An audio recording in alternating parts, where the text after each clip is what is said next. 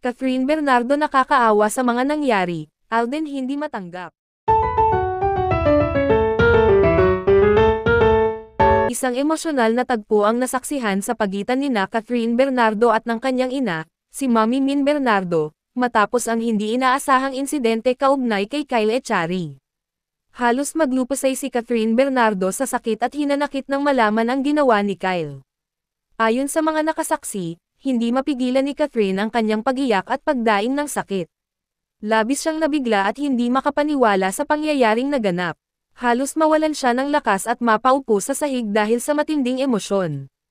Ilang ulit siyang sumisigaw ng, "Bakit?" habang yakap-yakap ang sarili. Samantala, si Mami Min ay agad na lumapit sa anak upang aluan ito. Emosyonal rin si Mami Min habang pinipigilang bumigay sa harap ng anak. Hindi umano niya matanggap ang ginawa ni Kyle sa kanyang anak. Sa kabila ng sariling sakit, pinilit ni Mami Min na maging matatag para kay Catherine. Maririnig ang paghikbi ng mag-ina habang magkasabay na humahagulgol. Ayon sa mga malapit sa pamilya Bernardo, matagal bago kumalma si Catherine. Hindi niya malaman kung paano haharapin ang bigat ng kanyang nararamdaman. Pakiramdam daw niya ay nawalan siya ng bahagi ng kanyang sarili dahil sa insidente. Labis ang kanyang hiya, galit, at lungkot na naghalo-halo sa isang bagsik na emosyon. Nagpasalamat si Catherine sa ina dahil hindi siya iniwan sa mga oras ng kahinaan. Samantala, si Kyle Echari ay nagsimula ng magsisi sa kanyang nagawang pagkakamali. Ayon sa kanyang kampo, pinagsisisihan niya ng labis ang kanyang naging aksyon. Ngunit para kay Catherine, hindi ganoon kadali ang paghilom ng sugat. Patuloy siyang binabagabag ng mga alaala ng nangyari. Ang suporta ng kanyang ina at mga kaibigan lamang ang nagsilbing sandigan niya ngayon.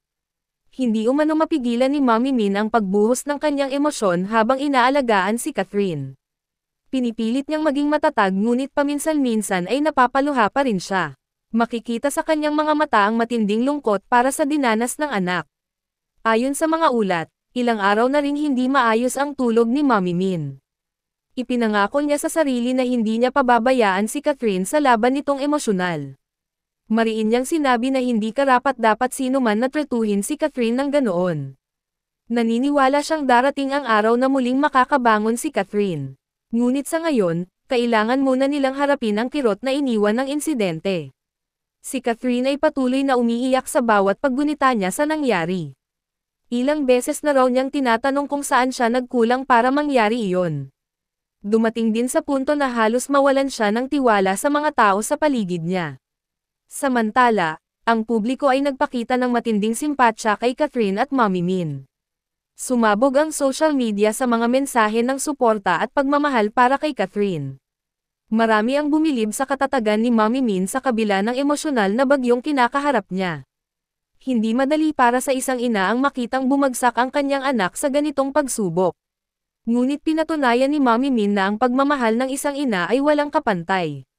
Naglabas din si Catherine ng isang maikling pahayag, kung saan humingi siya ng kaunting panahon para sa sarili. Aniya, kailangan niya munang maghilom bago muling bumalik sa kanyang normal na buhay.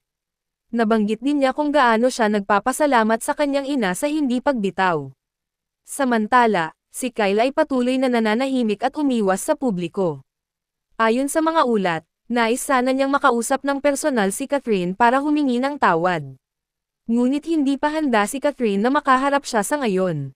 Sa kabila ng lahat, pinili ni Catherine na huwag magpadala sa puot.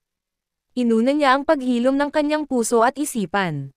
Si Mami Min, sa bawat hakbang, ay kasama ang anak sa pagbangon. Sa bawat yakap at haplos niya kay Catherine, pinaparamdam niyang hindi siya nag-iisa. Ang sakit ay hindi agad mawawala, ngunit sa pagmamahal ng pamilya, unti-unti itong maaayos. At sa dulo ng unos na ito, nananatiling matatag ang pagmamahalan nina Catherine at ng kanyang